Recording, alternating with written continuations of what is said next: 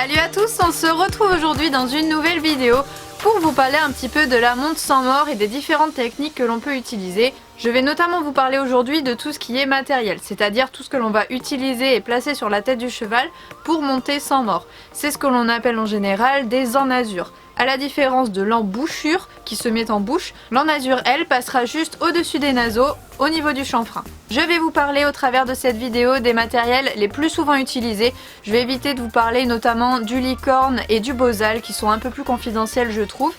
Je vais vous expliquer dans cette vidéo notamment les effets du licol, du hackamore, du side pull et du bitless. Avant tout, il y a quelques critères à respecter pour pouvoir choisir son matériel sans mort, choisir un matériel qui sera le plus adapté à son cheval et on va les voir ensemble tout de suite. Les emmasures vont fonctionner un petit peu de la même façon que les embouchures, que les morts. En fait, quand vous montez avec un gros mort bien épais dans une matière assez souple et assez confortable pour le cheval, il sera forcément beaucoup plus doux. Au contraire, si vous choisissez un mort qui va avoir un peu de relief, qui va être un petit peu torsadé et qui va être très fin, là on va partir sur un mort beaucoup plus sévère. C'est la même chose pour les emmasures. Si vous choisissez quelque chose qui est très fin, qui a beaucoup de relief, ça va être très sévère pour les chevaux. On peut prendre l'exemple d'une corde par exemple, c'est quelque chose de sévère. Au contraire, si vous partez sur une matière plutôt lisse, plutôt souple et une muserolle assez large, ça sera beaucoup plus confortable pour votre cheval. En revanche, vous allez peut-être perdre un petit peu niveau contrôle, c'est pour ça qu'il va falloir adapter l'emmasure que l'on va choisir pour son cheval. On va aussi parler de levier. Certaines emmasures vont posséder un levier. Je parle essentiellement là du hackamore.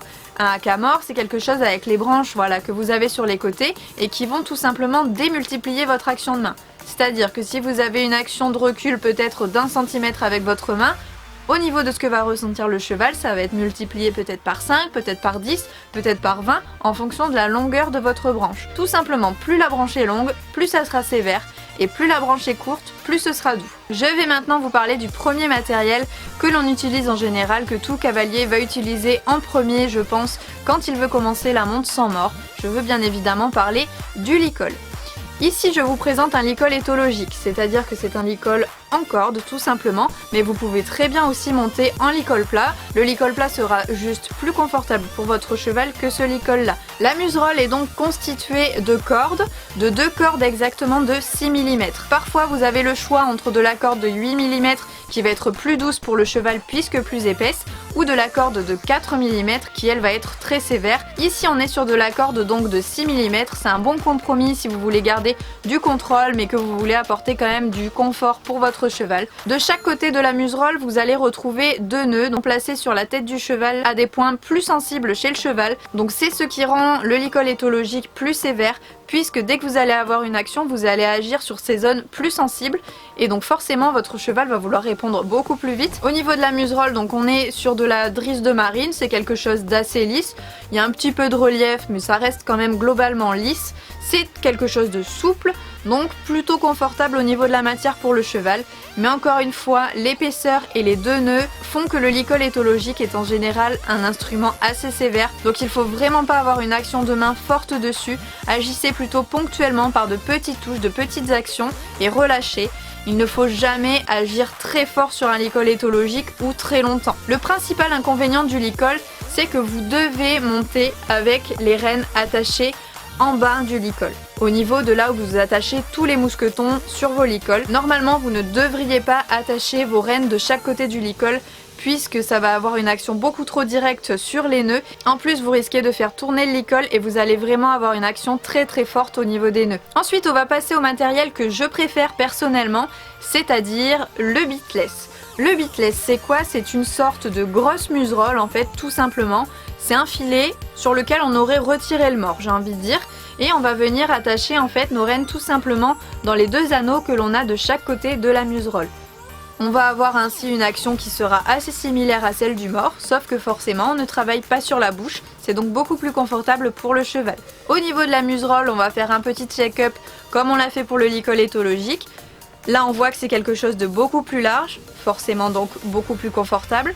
Au niveau de la matière, on est sur du cuir Donc qui dit cuir dit que c'est quelque chose aussi de confortable, contrairement à la corde que l'on a vue sur le licol éthologique qui sera elle moins confortable. Nous n'avons pas de levier sur le bitless, donc ça reste quelque chose de très confortable. Notre action de main est directe sur le cheval. Encore une fois, c'est vraiment quelque chose que j'adore personnellement. Après, il faut vraiment avoir un cheval éduqué à ça parce que ça peut être vite très dangereux si vous n'avez pas un cheval éduqué, donc vraiment faites attention à ça. C'est quelque chose de très confortable et qui dit confort dit que le cheval va mettre certainement beaucoup plus de temps à comprendre et à répondre à son action. Il faut donc le faire avec un cheval vraiment averti. Je vous présente maintenant le bitless.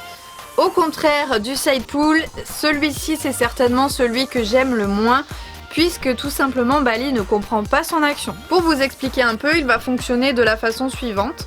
Vous avez dans la muserolle des anneaux, un peu comme le side pull, dans laquelle vous allez passer des lanières sur lesquelles vous allez accrocher vos rênes juste ici. En fait, vous avez simplement deux grandes sous-gorges qui vont passer dans la muserolle et qui vont passer sous la tête du cheval. Vous allez attacher vos rênes dessus et du coup, quand vous allez agir sur vos rênes, ça va venir faire un effet de pression sous la tête du cheval et au niveau de la muserolle et le cheval est censé comprendre comment ça marche.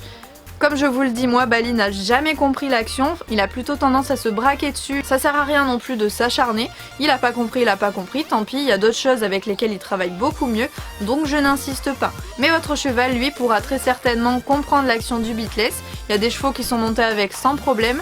En tout cas, c'est pas pour Bali et moi je ne pourrais pas vous donner de bons conseils là-dessus, mais je vous le présente quand même parce que ça peut être quelque chose de quand même très utile pour vos chevaux. Je vous présente maintenant le dernier matériel, lui aussi très connu comme le licol je pense.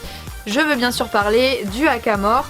Le hackamore c'est quoi? C'est donc une muserolle avec des branches. Donc ce que vous voyez là en métal, les parties métalliques, qui vont donc, comme je vous l'ai expliqué au début de la vidéo, multiplier votre action de main. Il existe vraiment énormément de hackamore. En général, il y en a un que tout cavalier qui veut commencer à monter en hackamore achète.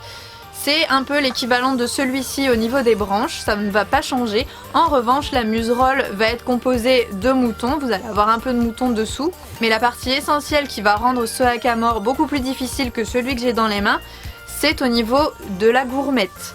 La gourmette que vous avez juste ici, là elle est en cuir, mais en général sur le hackamore le moins cher, vous allez retrouver une petite chaîne. Et en général, c'est ce qu'on retrouve sur les 3/4 des hackamores. La plupart possèdent une chaîne sous la gourmette. Et la chaîne, comme vous le savez, c'est quelque chose qui a du relief, qui est très dur. Donc vous imaginez bien que c'est quelque chose de très douloureux pour le cheval. En plus, imaginez avoir une chaîne qui vous passe, vous, juste sous les os là, où vous avez des nerfs qui passent, des choses comme ça.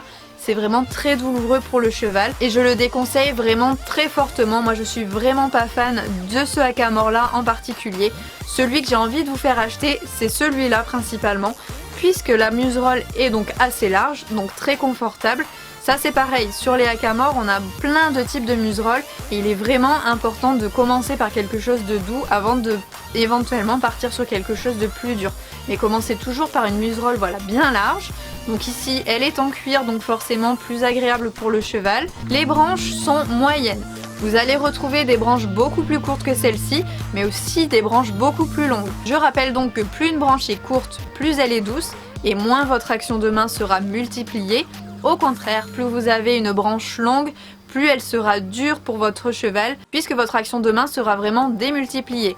Vous n'aurez pas l'impression d'agir très fort, alors que le cheval le ressentira très fort. Ce hackamore là est donc un Eric Thomas, donc je vous invite à l'acheter. Il est pas très cher comparé au premier prix qu'on peut retrouver dans les selleries et dont je vous parlais précédemment, le fameux avec la petite chaînette. C'est quelque chose donc qui reste beaucoup plus confortable pour le cheval et je pense que c'est le premier hackamore que l'on devrait avoir. Et laissez-moi vous présenter un nouveau type de hackamore, il existe quand même depuis quelques années, mais assez peu connu je trouve en France encore, c'est le hackamore flower. Et surtout vous allez avoir le choix de l'endroit où vous placez vos rênes.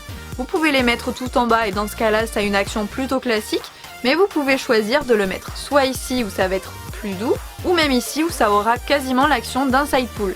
Donc avec celui-ci c'est assez intéressant de travailler puisque c'est très polyvalent, vous pouvez accrocher vos rênes un peu n'importe où et vous pouvez varier la douceur du hackamore. Et voilà, du coup je pense avoir fait un petit peu tout le tour. N'hésitez pas encore une fois à me poser vos questions en commentaire, j'y réponds avec grand plaisir. Je vous fais à tous de gros bisous et je vous dis à très bientôt dans une nouvelle vidéo. Salut!